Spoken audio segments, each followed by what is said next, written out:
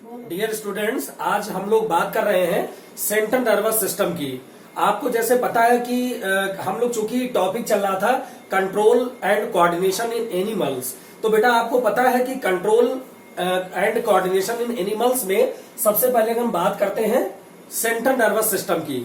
चूंकि आपको पता है कि जो सेंट्रल नर्वस सिस्टम है बहुत ही वेल डेवलप्ड नर्वस सिस्टम है, और आपको पता है चूंकि हम ह्यूमन में पढ़ रहे हैं इसको सेंट्रल नर्वस सिस्टम को, तो सेंट्रल नर्वस सिस्टम ह्यूमन में दो पार्ट्स में डिवाइड है।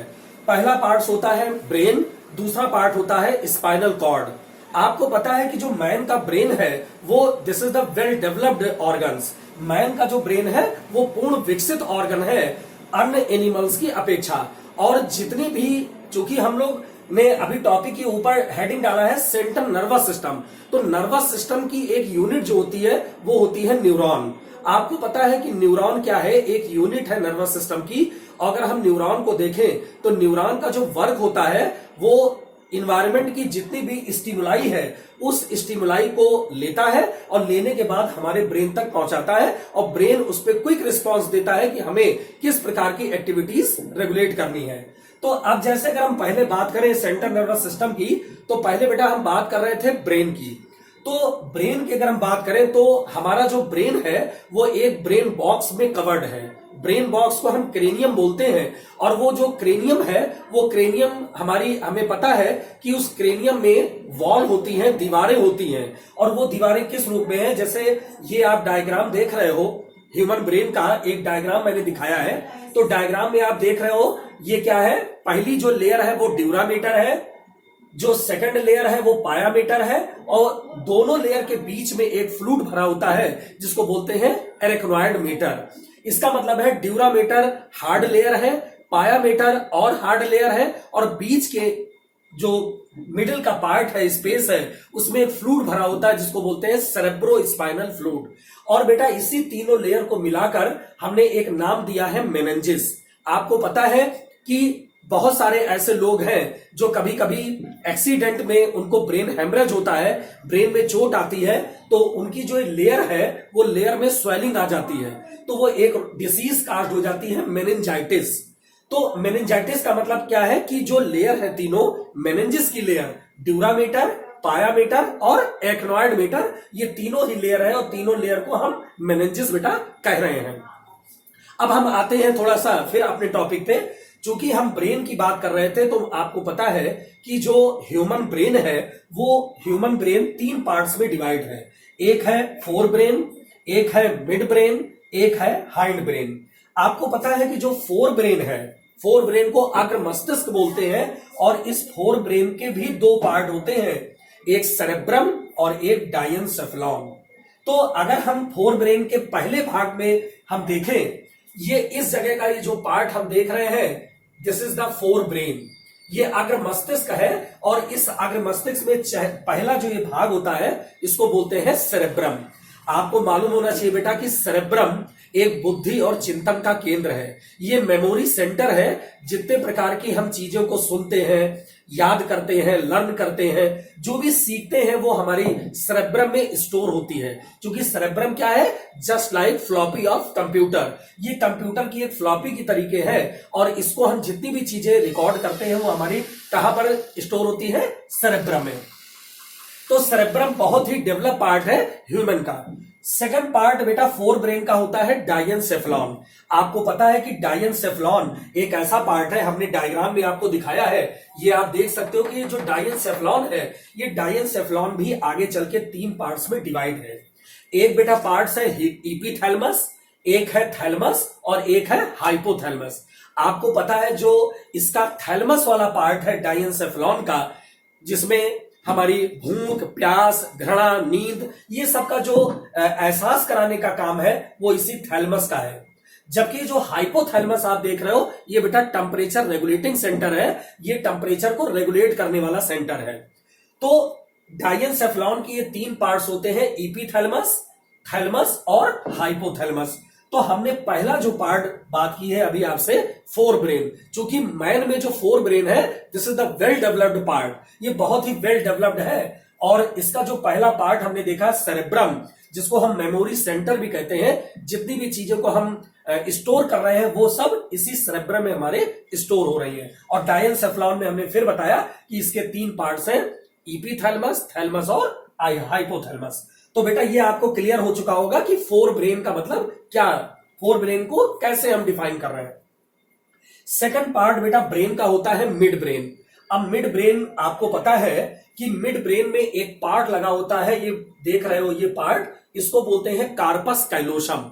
और ये कार्पस कैलोसम करता क्या है मिड ब्रेन में, आपको पता है कि ब्रेन के बहुत सारे लोब होते हैं। एक फ्रंटल लोब होता है, एक पैराइटल लोब होता है, एक टेम्पोरल लोब होता है, एक बेटा ऑसिपिटल लोब होता है। तो चारों लोब को ये कवर्ड करता है, एक प्रकार से जैसे बांधने का काम होता है, ये कार्पस कैलोसम के द्वारा होता है।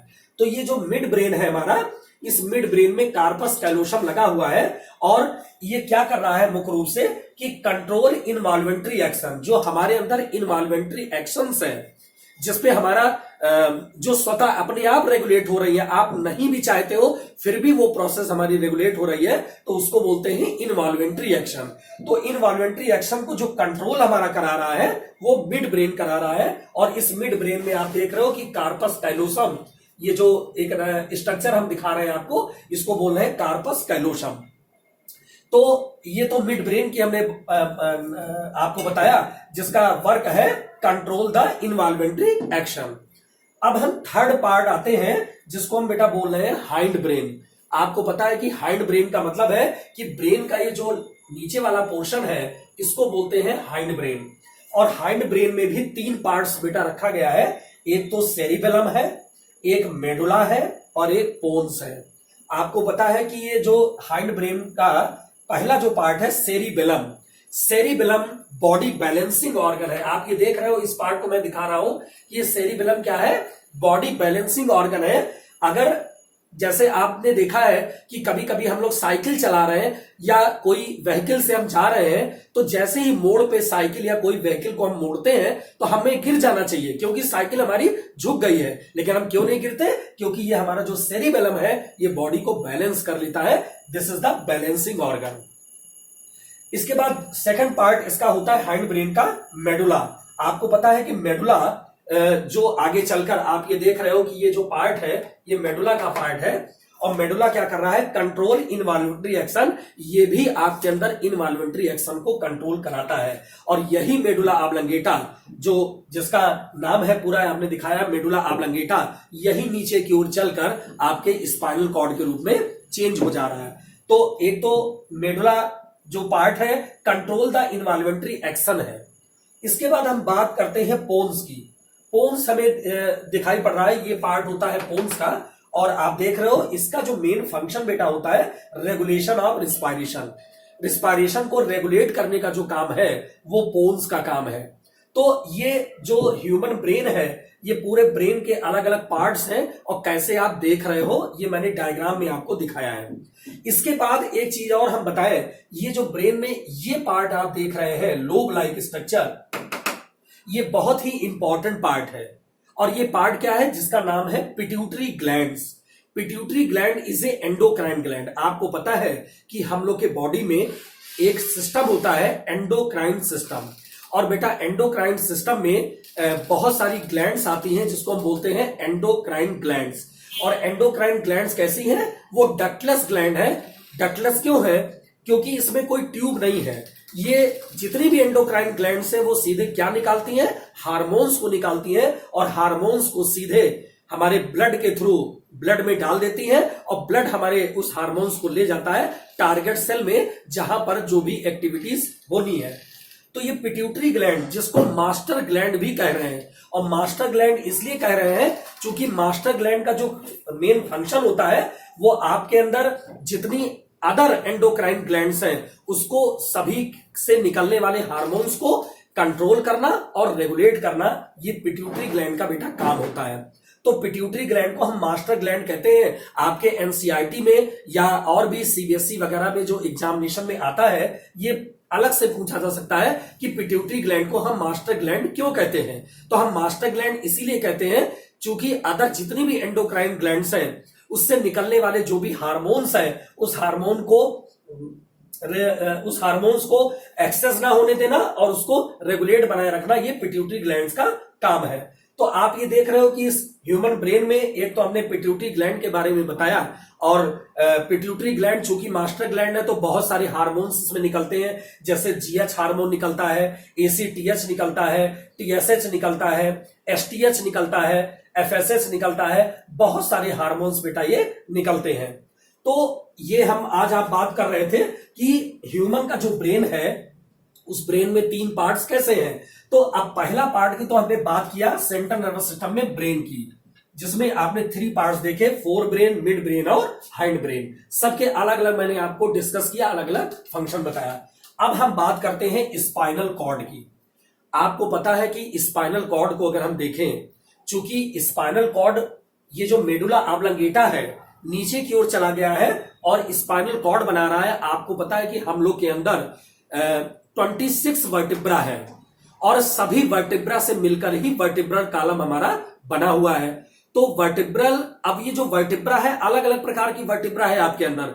थोरेसिक वर्टिब्रा अलग है, लंबर वर्टिब्रा अलग है, सर्वाइकल वर्टिब्रा अलग है, कॉकिक्स अलग है, सब अलग अलग प्रकार की वर्टिब्रा है।